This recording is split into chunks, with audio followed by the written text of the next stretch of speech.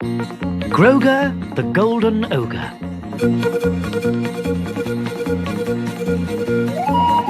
How can I get to the city of the Black Ogres? Asked Grogre. After the Purple Mountains. Nobody knows the way, growled Boga. Well, I'll come with you, said his father. We'll find the way somehow. Boga began talking angrily to himself. Shall I help them? Shan't I? Shall I? Shan't I? All right, all right, all right. I'll tell them. There is a way. Come to my house first. Boga's house looked like a huge horned head. Inside, red and green candles lit the dark. Lumps of crystal, bottles of pickled dragon, skeletons, stuffed monsters, jars filled with teeth and eyes, and animals moving in cages, all flickered in the light. Need a bit of help, growled Boga. These swords, made hard and sharp by the blood of a red dragon. And this... Boga picked up a cage. Inside, a small white thing was whining and scrambling backwards and forwards. It had 6 feet, but instead of arms, tentacles with suckers on the end, and a head with 1 eye and a stinging horn. Eek! cried Grogre's father. But Grogre felt sorry for the thing in the tiny cage. Guess what it is, growled Boga in the gloom.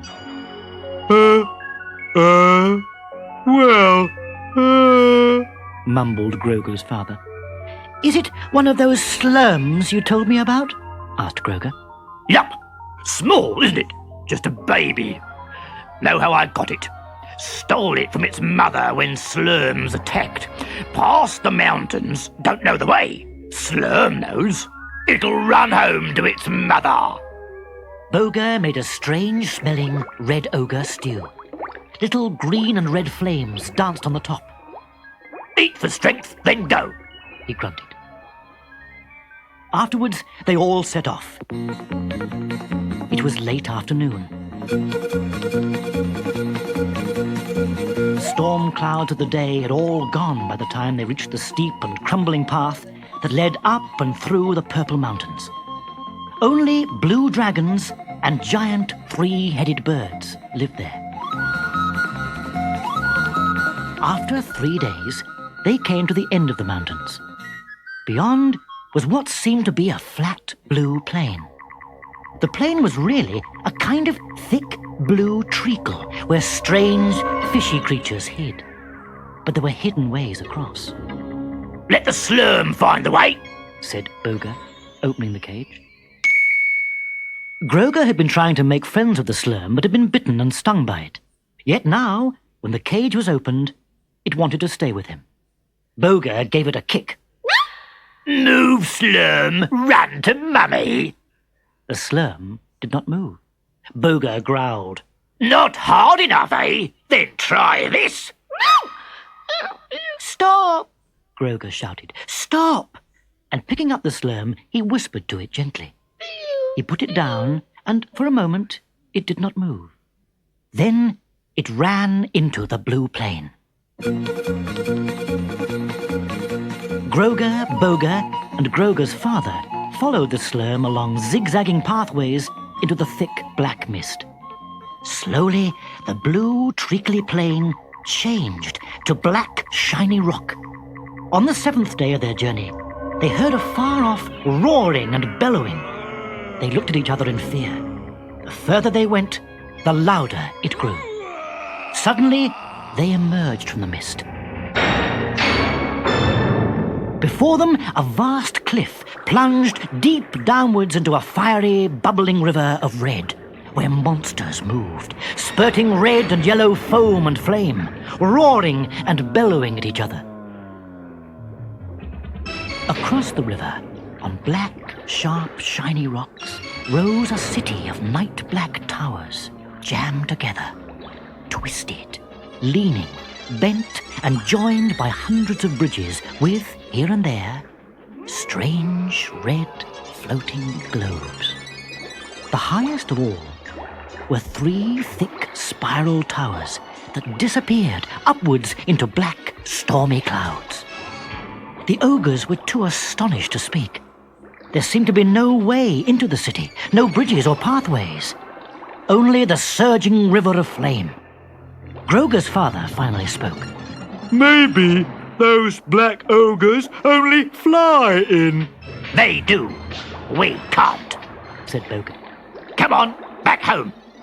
Grogre bent down and stroked the slurm's sting. It led him by one of its tentacles to the very edge of the cliff, stopped, let go, and jumped. What? It's killed itself! Shouted Grogre's father. Then Grogre jumped too. Grogre's father ran to the cliff edge in terror.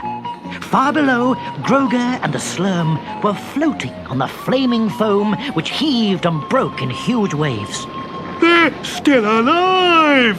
They're not burning! They're not drowning! Can't be. Growled Boga.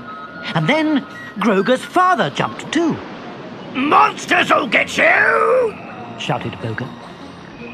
It seemed to be true. A monster with a gigantic, gaping mouth and fat, dripping lips plunged down on all three. It swallowed him, Cried Boga. He felt ill, unhappy, terrible. The monster burst upwards, roaring from the waves, spurting a flaming cloud of red bubbles towards the city. In 3 of the bubbles were Grogre, his father, and the slurm. They vanished among the dark towers. Funny way to travel. He thought. And instead of growling, Boga smiled. Shall I jump? Shan't I? Shall I? Shan't I? All right, all right, all right. Boga jumped. Landing in the red flame and foam was like getting into a warm, soft feather bed at night after a long, long day. Then the foaming red rushed like a waterfall down the throat of a bellowing monster. When the beast was full, it spurted out foam and bubbles.